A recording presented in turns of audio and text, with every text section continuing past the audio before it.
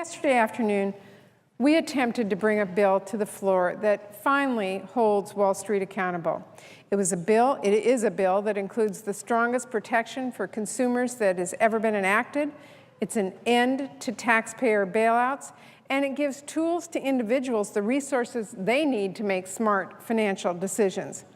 It's a bill that ends Wall Street's anything goes rules that has meant everybody else has paid. Unfortunately, what the no vote from the other side did yesterday is it told us that they don't want strong new protections that can't be ignored. It appears that they don't want to hold Wall Street accountable for years of irresponsibility and taxpayer-funded bailouts. Instead of fundamentally changing the financial rules of the road, the other side wants to build a speed bump and pass a bill that neither reforms Wall Street nor protects Main Street. I fear that the obstruction and unwillingness to allow us to bring a bill to the floor is simply their push to get a watered-down bill that big banks can simply step aside and ignore, and has been rubber-stamped by Wall Street lobbyists and signed off by special interests. I fear that the delay is really just an effort to figure out how they can preserve the status quo and talk their way out of change. I fear the delay is really about allowing special interests in Washington and bankers in Wall Street and big money donors to write a compromise bill. And I worry that just about everybody has been invited to that table to write that bill except the American people.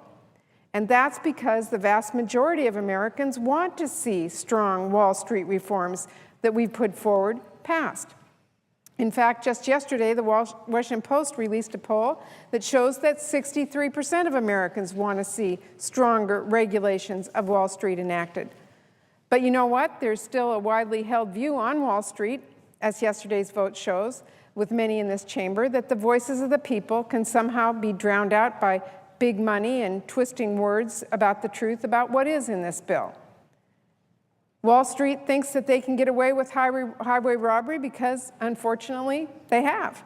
They think they can pull a fast one on Main Street, but I'm here to tell you they can't. They're flat out wrong.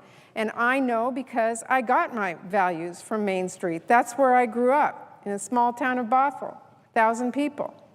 Values we learned on Main Street there is a good transaction is one that's good for your business and for your customer. We learned that an honest business is a successful one. We learned that our customers are not prey and businesses are not predators.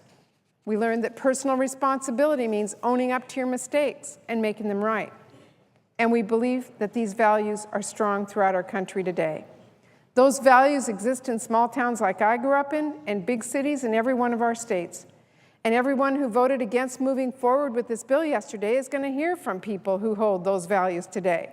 And I'm sure they're going to tell you in no uncertain terms, it's time to pass a bill with strong reforms for a system that is out of control.